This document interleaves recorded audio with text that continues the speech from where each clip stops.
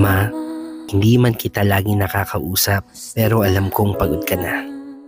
Kahit hindi mo ipakita, ramdam ko. Ramdam ko yung puyat mo, yung mga araw na inuuna mo kaming lahat bago sarili mo.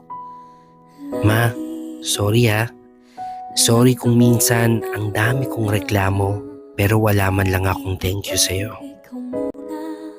Po sa inyo lahat. Ako po ang kabunsuhang anak ng aking nanay, Willie Damagat Martinez. Itong mga nakaraang araw ay di, kaya nga po na maalam na ang aming ina ay sa kadahilanan ng kanyang karamdaman na naramdaman niya nung nakaraang buwan na nung dali namin siya sa ospital ay nabitik yung kanyang karamdaman na may bukol sa tiyan, na yun po naman ay pinilit namin na salba yung kanyang buhay sa abot ng aming makakaya. Ngayon po ay tinanggihan siya ng doktor, ang sabi, operahin. Kaya lang, gawa ng kanyang edad na medyo matanda na, ay ang sabi, parang hindi na daw kakayahin ng naturalisya ng kanyang katawan. Ngayon po, tinapat namin ang doktor kung anong dapat gawin. Ang sabi, sa bahay na lang. Ay dito nila po namin ang inay sa bahay at gawa na sa unang-una sa turok na lang. Kasi nahihintay na, hindi kaya. Ay ngayon po, nung dali namin sa bahay, nakakilala ko ng isang manggagamot na parang ang tawag ay albularyo. Gayon po naman, ang gumamot doon sa isang aming kaibigan na galing abroad. Ngayon daw ay magaling na ang tawag ay Supremo, na dahil nga po ang sabi ng doktor ay sa bahay na lang magpagaling at iantayin na lang kung kailan yung kanyang buhay. Ay ngayon po, nung makilala ko yun, binabang ko na siya ng sabayan na para madugtong pa yung buhay ng aking niya. Ay din nga po, nakausap ko yung Supremo na gagamot na sabi niya, dumating din sa aming bahay, kaya niya. Nadugsungan ang buhay niya, kaya niya napagalingin ang amin. Yun nga po, ginamot siya, kumuha ng lunas daw ay nasa Matnog, Cebu, sa Bicol. Ayun po, kumuha siya ng lunas. Ginagamot ang inay na sabi, siyang nasisyon ang magiging gamutan, dadalhin sa mainit sa Tayabas. Ibabatad siya doon na siyang nabisis. Yung po'y ginawa namin, katulong si Ate Sion at saka yung aking asawa at saka po yung isa kong hukang, si Pina. Ay di, gumanda naman po ang kanyang pakiramdam ng mga sumunod na buwan. Tapos nga po, ay di, nung siya'y maganda ng pakiramdam, nagkaroon naman ng publikasyon sa kidney, yung kanyang bato, na nadama yung kanyang bato. Ayun po, nabaga yung kanyang tuhod, sa kanyang tiyan, hanggang sa yun naman ang kanyang itinahin, nadamay na pati yung kanyang bato. Ngayon, namin sa magagamit na kung kaya pa niyang dugtungan ang buhay ng amin. Ay ang sabi po niya, na ng implikasyon ng kanyang tiyan. Marami nang nadamay. Pero, kakayahin pa rin daw niya gamutin. Hanggang sa amin niya, nakalipas ang isang buwan, tumagal pa rin, nagpaalaga na siya. At isang araw nga, nitong makalawa, bumigay na siya na sabi niya, hindi na niya kaya. Liguan na daw siya, tinisiyan, sabi sa amin, sarado sa kanyang mga kapatid. At dinong gabi nga, niliguan siya, lilinisan, siya daw ay tinatawag ng aming ama at gusto na niya mamaalam dahil siya daw ay hirap na doon sa kalagayan niya. Hindi kami naman pwede na huwag namin ang mga kapot sa kanya. Hanggang sa yung kahuli-huli ang makausap ay yung aking mga anyin at saka yung aking anak na nasa ulo si Darlene. Pati ako nakausap din. Sabi ko, ang inay, matanda na kayo. Kayo hirap na. Hindi nyo na kaya. Kami naman ay matatanda na. Kami na din ang bahala. At ang idinadain niya, si Jekki at si Kabul na kami na ang bahala. Sabi ko, inay, wala namang problema. Ayun, ang makakausap ko yung isa kong anak na si Daniel, yun nakahuli-hulihan na nakausap. Bumigay na ako. Yung po ang sabi ko natin sa inyo. Nag-alaga naman sa amin, kayo pagod na. Maganda naman yung tatakbuhan sa kabilang buhay. Kaya yun po ang aming inan na maalam na siya. Hanggang doon na lang na saan po naman gumandang kanyang mga kasama at saka yung anak niya. Pero ngayon, gusto ko lang sabihin, ikaw ang tahanan ko. Kahit saan ako mapunta, ikaw ang direksyon ko. Ikaw ang mapa ko.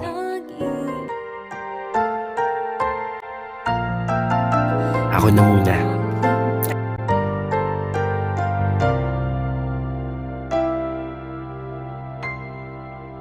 Hindi ako magiging ako kung hindi dahil sa'yo.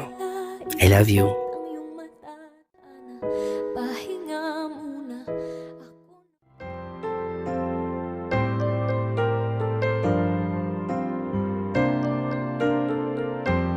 Ako po si Camille. Ako ni Inay Neta. Siguro po kung i-describe ko lahat ng pagkatao ni Inay, kulang yung oras o itong gabi para masabi ko lahat.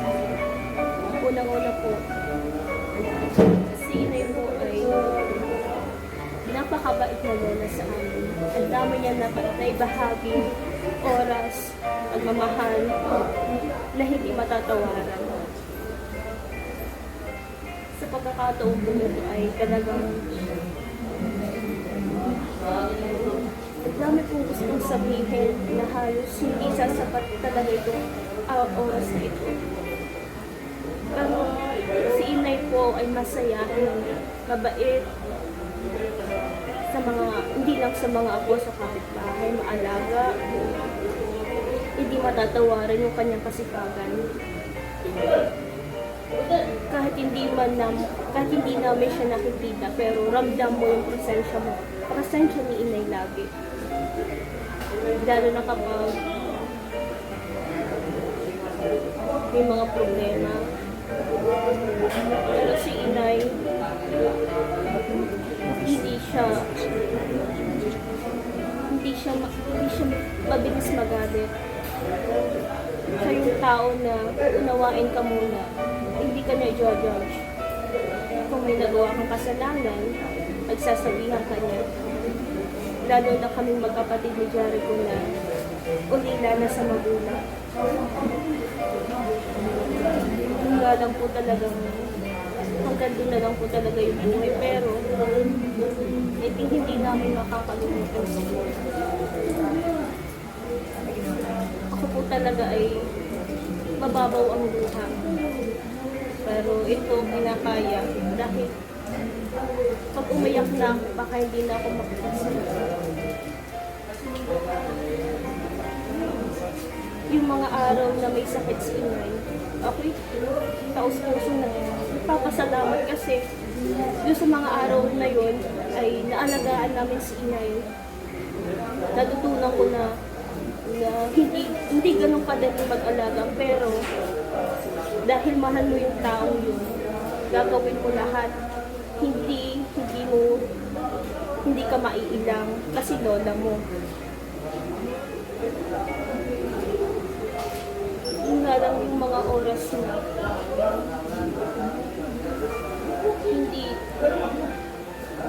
nagsasabi na okay lang. Pero ayaw din namin na mag-suffer pa si inay.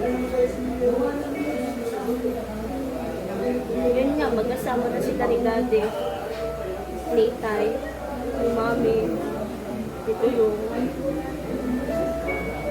sasabihin ko lahat ng pasasalamat.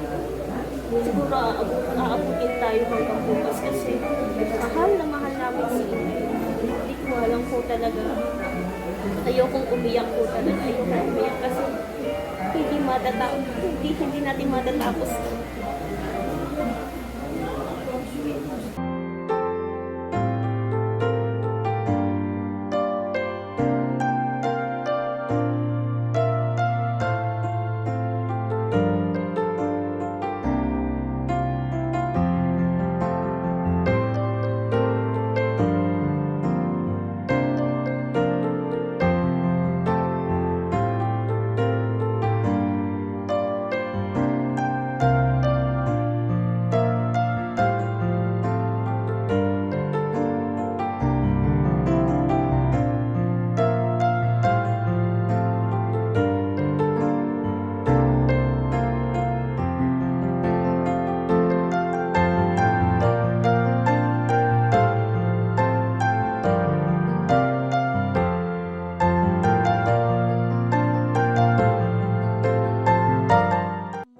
Ay, maraming salamat sa mga pagmamahal na iniukol mo sa aming mga magkakapatid. At higit sa lahat, ay ikaw ay matulungin tao, mabait, masipag. Lahat ng tao ay minahal mo. Walang hindi. Mabigat lang nito ay tinitis ko na kahit walang lagay, kaya pasensya ka na. Diyos ko, yan na rin napasukan ko nga rin. Kaya inay, maraming salamat sa mga iniukol mong pagmamahal, sa mga naitulong mo. Sana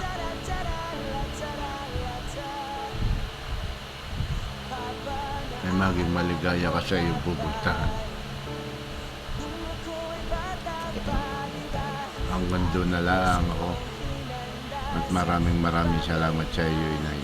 Kita po yun.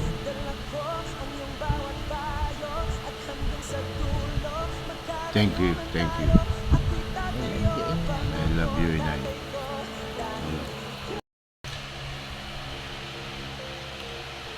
Nakulit. Bilang isang manugang, ang sasabi ko lang po sa inyo. Ay kayo po ay mapagmahal na lula sa inyong mga apo. Hindi po kayo madamot.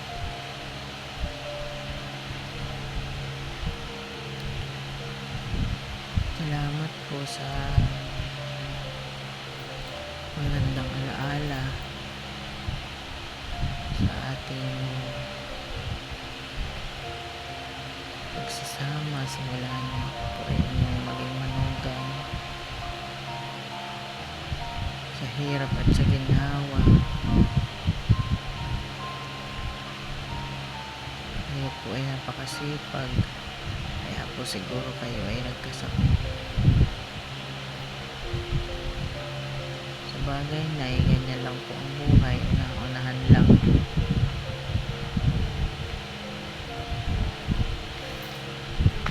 Ginawa po naman namin ang aming lahat ng aming makakaya, lalong-lalong na po ang ate tita, si Utoy na laging paagapay sa pangunawa at pag-iintindi ko sa inyo. asawa ko ay hindi masyadong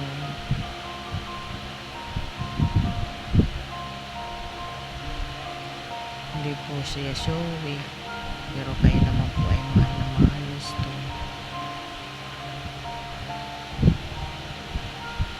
Thank you talaga, Inay, sa lahat-lahat ng ginawa mo.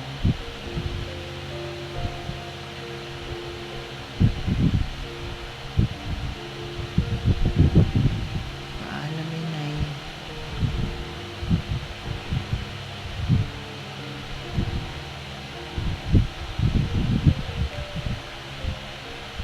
Makakapiling din na po sila, si Itay, si Kuyong at si Freddy.